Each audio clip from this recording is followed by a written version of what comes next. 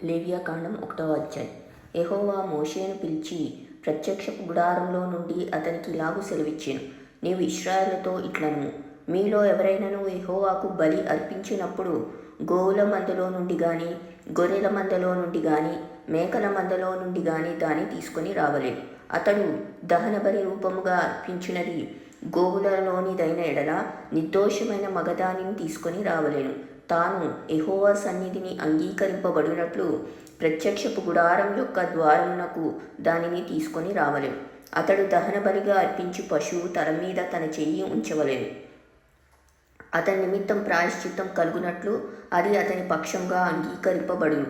అతడు యెహోవా సన్నిధిని ఆ కోడెదూడను వధించిన తరువాత యాజకులైన అహరోను కుమారులు దాని రక్తమును తెచ్చి ప్రత్యక్షపు గుడారం ఎదుటనున్న బలిపీఠం చుట్టూ ఆ రక్తమును ప్రోక్షింపవలెను.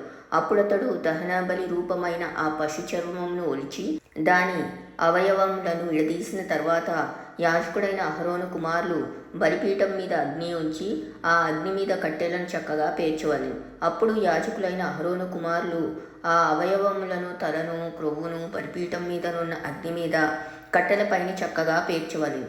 దాని అంత్రములను, కాళ్ళను నీళ్లతో కడగవలెను.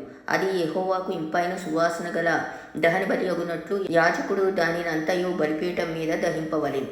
దహనబలిగా అతడు అర్పించినది గొర్రెల యొక్క గాని, మేకల యొక్క గాని మందలోనిదైన ఎడల అతడు నిర్దోషమైన మగదాన్ని తీసుకొని వచ్చి బలిపీఠపు ఉత్తర దిక్కున యెహోవా సన్నిధిని దాన్ని వధింపవలెను.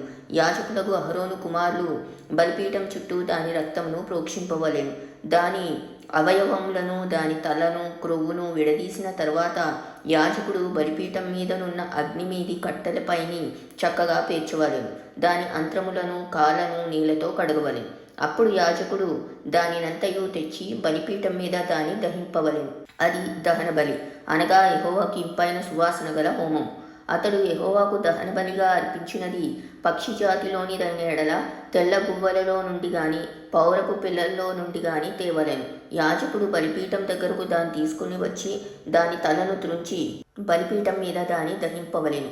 దాని రక్తమును బలిపీఠం ప్రక్కను పిండవలెను. మరియు దాని మలములతో దాని పొట్టను ఊడదీసి బలిపీఠపు తూర్పు దిక్కున బూడిదను ఏ చోట దాన్ని పారవేయవలెను. అతడు దాని రెక్కల సందున దాన్ని చీల్చవలెను, కానీ అవయవ విభాగములను విడదీయకూడదు. యాజకుడు బలిపీఠం మీద అనగా అగ్ని మీది కట్టెలపైన దాన్ని దహింపవలెను. అది దహనబలి, అనగా యెహోవాకు ఇంపైన సువాసన గల హోమము.